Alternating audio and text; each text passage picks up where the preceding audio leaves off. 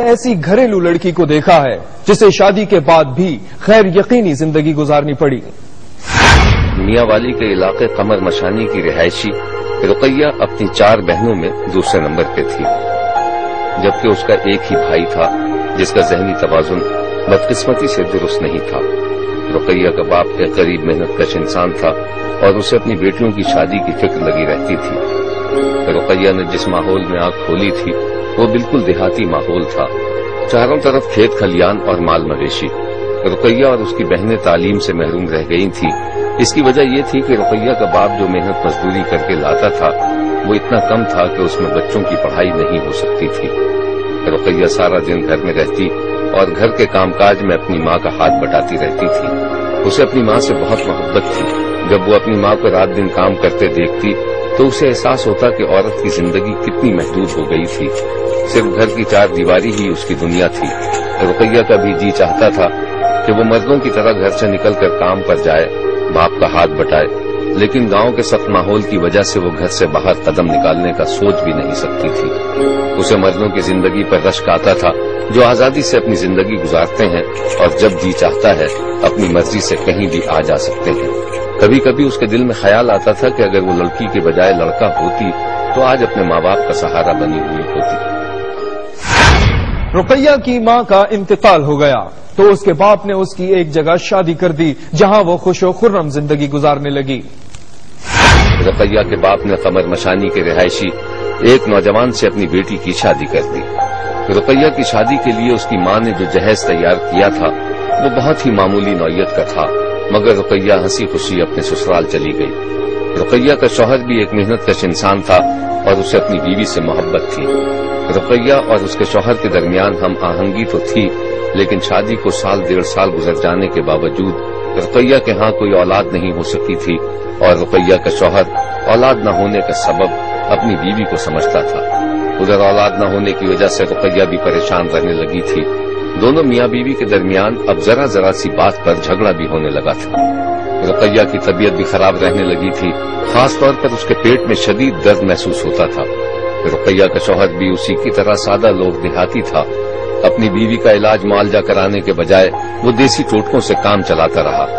میاں بیوی کے درمیان اب ذرا سی بات پر جھگڑا ہونے لگا تھا اور نوبت یہاں تک پہنچ گئی تھی کہ رقیہ کا شوہر اس سے دور رہنے لگا تھا۔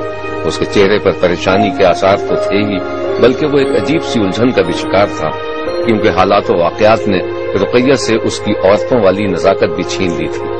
شاید وہ حالات سے اتنا گھبرا گئی تھی کہ اب وہ عورتوں کی طرح رہنا ہی نہیں چاہتی تھی، بلکہ مردوں کی طرح آزاد زندگی گزارنا چاہتی تھی۔ ایک روز کا ذکر ہے کہ رقیہ اور اس کے شوہر کے درمیان کسی بات پر سخت لڑائی ہو گئی۔ وہ اپنے شوہر سے لڑ جھگڑ کر اپنے باپ کے گھر آ گئی۔ رقیہ شوہر سے لڑ جھگڑ کر گھر آئی تو اس کے باپ نے اسے بہت سمجھایا کہ وہ شوہر کے پاس واپس چلی جائے، مگر رقیہ اپنے شوہر کے پاس جانے کے لیے تیار نہیں تھی۔ اب وہ اپنے باپ کے گھر میں رہ کر اپنے ذہنی معذور بھائی اور باپ کی خدمت کرنے لگی۔ چولہا ہانڈی سے لے کر مویشیوں کو چارہ ڈالنے تک کا کام خود کرنے لگی تھی۔ کبھی کبھی وہ برقع اوڑھ کر گھر سے باہر بھی نکل جاتی اور دکان سے سودا سلف لے کر لوٹتی۔ حیرت ناک طور پر رقیہ کے گھر آنے پر اس کے شوہر نے کوئی احتجاج نہیں کیا تھا، بلکہ ایسا لگ رہا تھا کہ جیسے وہ اس کے جانے پر بہت خوش ہو، گویا کوئی بلا اس کے سر سے ٹل گئی ہو۔ اب رقیہ کی زندگی کا اور کوئی مقصد نہیں تھا، وہ صرف اپنے ماں باپ اور معذور بھائی کے لیے زندہ رہنا چاہتی تھی۔ اس کے پیٹ کا درد روز بروز شدید ہوتا جا رہا تھا اور اس کے باپ کی سمجھ میں نہیں آ رہا تھا کہ اس کی بیٹی کو کون سی بیماری لگ گئی تھی۔ ایک روز رقیہ کے پیٹ میں شدید درد اٹھا، اسے اسپتال لے جایا گیا جہاں ڈاکٹروں نے ایک عجیب انکشاف کیا۔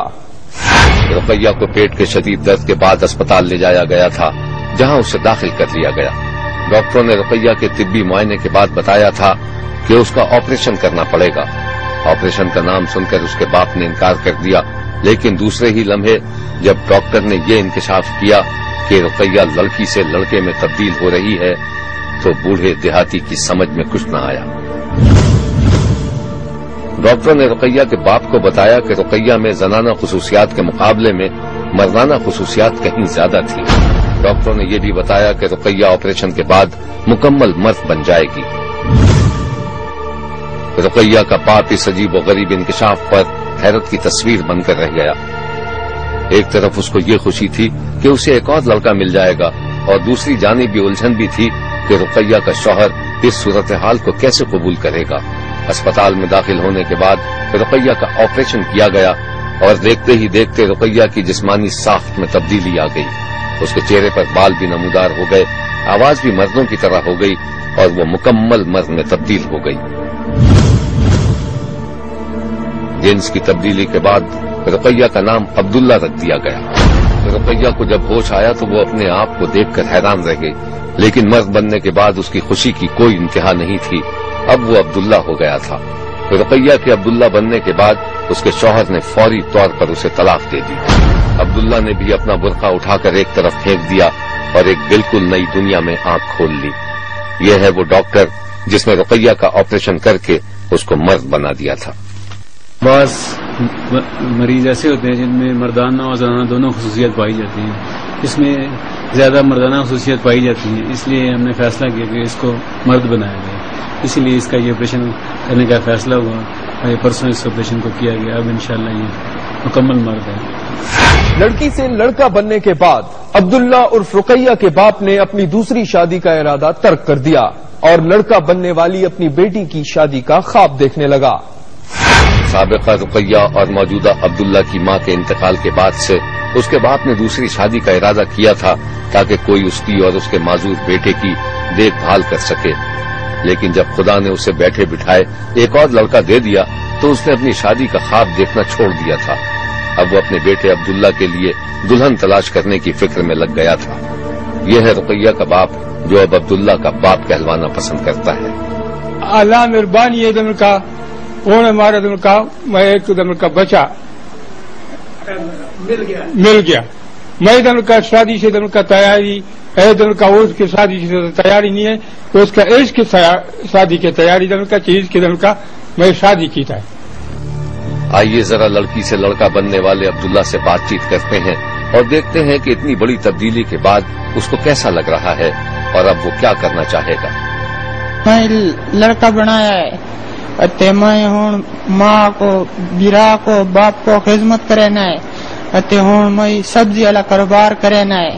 سب سے زیادہ الجھن اور پریشانی کا شکار رقیہ کا سابق شوہر تھا، لیکن وہ خوش ہے کہ وہ ایک بہت بڑی نفسیاتی الجھن سے نکل گیا، کیونکہ 3 برس تک اس کی سمجھ ہی میں نہیں آ رہا تھا کہ اس کی بیوی کی جنس کیا تھی۔ رکیا ہمارا بالکل 3 سال گھر والے رہے، لیکن اس کے باوجود ہم اس کو تکلیف نہیں پہنچاتے، ہم کہتے ہیں کہ اس کو سہولت ہوئے، اس کو فائدہ ہوئے، جہاں بن گیا ہم اس پر خوش ہیں، ہم خفے نہیں۔ ذرا اس لڑکے کو غور سے دیکھیے، اس کی چال ڈھال، بات چیت اور آواز کہیں سے بھی نہیں لگتا کہ یہ کبھی لڑکی تھا۔ لڑکا بننے کے بعد عبداللہ بہت خوش ہے اور اسے کسی لڑکی سے شادی کی آرزو ہے۔ پہلا میں رقیہ ہے، ہوں میں عبداللہ ہے، پہلا میں شادی کیتا ہے، ہوں میں آپ جانتے ہوں شادی کرنا ہے عورت کے ساتھ۔ شبیر کا کہنا ہے کہ قدرت کے کاموں میں دخل نہیں دیا جا سکتا۔ ہم قدرت کے بعض رازوں کو شک کی نگاہ سے دیکھتے ہیں، لیکن یہ بات بھی اپنی جگہ درست ہے کہ عقل انسانی کا دائرہ کار لامحدود ہونے کے باوجود اب بھی عقل قدم قدم پہ دھوکے کھاتی ہے اور حیرانی کی تصویر بنی رہتی ہے۔ شبیر نے عبداللہ کو اس کی نئی زندگی کی مبارکباد دی ہے۔ دیکھتے رہیے، کیونکہ کوئی دیکھے نہ دیکھے، شبیر تو دیکھے گا۔